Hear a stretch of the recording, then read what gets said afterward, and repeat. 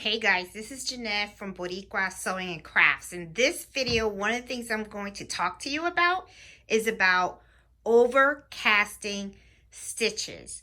Now, I had just recently purchased this baby right here, and it's the Brother 1034DX, and I got the serger because, I wanted to do some overcasting stitching and everything. I was messing around with this baby right here, which is my beloved Brother SE1900, and I found out that this machine, just being a little nosy and looking through all the accessories that came with the machine that I wasn't using, is that it has an actual foot that does overcast stitching. So I want to show you how to do the overcast stitching on the SE1900, and I'm also going to go ahead and then compare the stitching from the SE1900 to this baby right here, which is the Brother Lock 1034DX. Okay, so let me show you exactly how to do the overcast stitching on the Brother 1900 first, and then let's talk about the comparison with the stitching from the serger. Okay guys, I'm over here at the SE1900. Now when you first get your machine, the foot that's usually on the machine is the J foot, and this is the one that is most commonly used. It's used for straight stitches, zigzag stitches, and a lot of the sewing, right? So one of the things is when you open your machine, it has all these other foot. So I'm like looking at the feet, and I'm like, hey, what is this foot for? What is this foot for, and what it does? Well, I came across this foot, and I was kind of curious about it because it looked kind of like funky, right? And it's the G foot. And then when I went over to the owner's manual, I found out that this foot, and let me go over there, is called a sewing overcasting foot. So I was like, overcasting, I'm like, okay, well, that's kind of similar to the stitches that I'm trying to get on the serger, right? So I said, let's plug this sucker in and let's see what it does. Now, before we do anything, I want to refer you to the actual owner's manual, so that way you guys can see when look in your manual and you can see exactly where is it I got this information. Now, if you look, it's in section S12.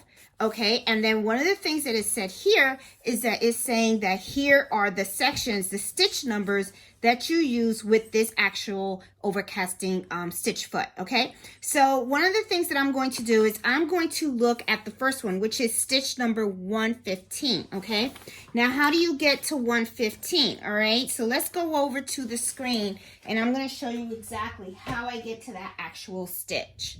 Okay, now if you click, and I'm going to bring my little camera a little down. I clicked over here, and then I'm at the main stitches. Okay, now when I looked at the book, remember it says stitch 115.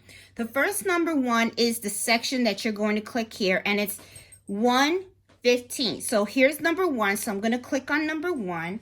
And then after I click on number 1, I'm going to look for 1-15. So that means that I have to go down a couple of screens. So I'm going to hit this button right here. And here is 115, which I already kind of highlighted. Now, once you click this, okay, and let me bring the camera a little bit closer so that you can see what I'm talking about, okay?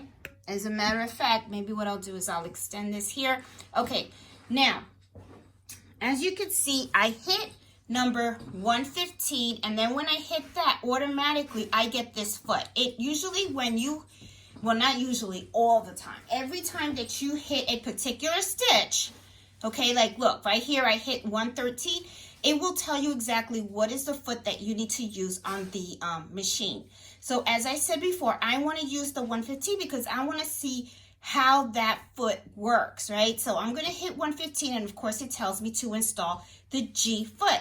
So we're going to go ahead and we're going to install this G foot. Let me scroll back over here so that way you guys can get a good view, because I like to show you guys all the steps that I do whenever I'm doing anything, okay? So coming in here, I'm going to lift my my pressure foot up. I'm going to remove my G foot, and of course I'm going to put it in my casing because I always like to keep everything nice and neat. And here I have my G foot. So you would install it the exact same way as you would the J foot. You know, this is the little bar, okay, that you go and you just put it in your little foot here. I'm sorry, I'm a lefty, so okay, there you go. So I got my foot in there.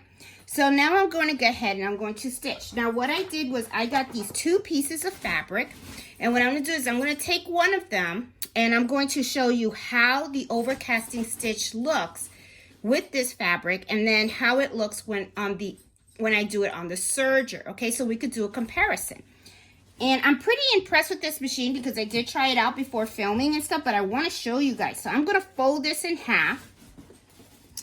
And I'm also going to show you exactly how I put this on the foot. So let me move the camera a little bit closer to the foot so that you can see exactly. And I'm really sorry because I kind of wish, I've been begging Carlito to video for me. He's not doing it. Bad kid. Okay, let me see.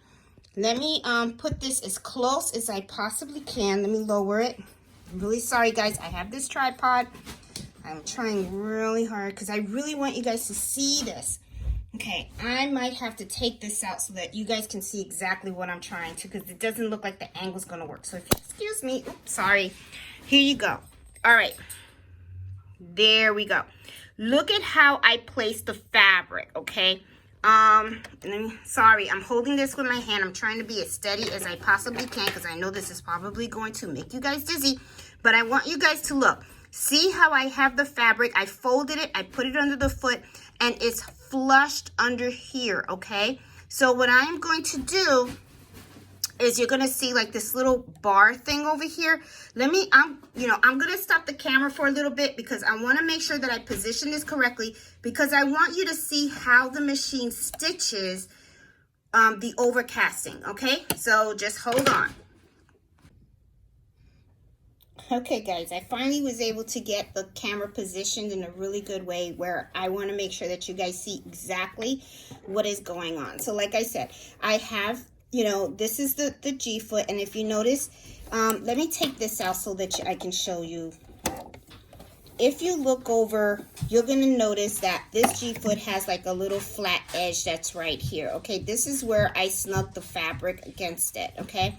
And then it also has like a little bar on the actual foot, okay? And this is where the thread is going to go back and forward, okay? So here I am. I'm going to fold my fabric.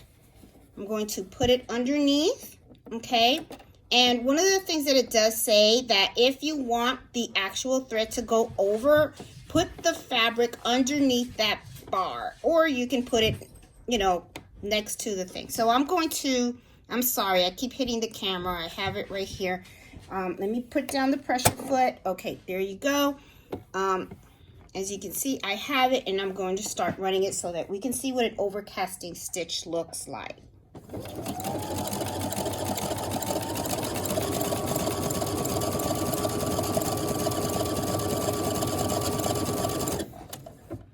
Okay, let's cut this out, and let's see what what this looks like now. Okay, I just had to move the camera a little bit back so that way you guys can see. All right, so this is what an overcast stitch looks like. And then look at the other side. I'm going to flip it. Look.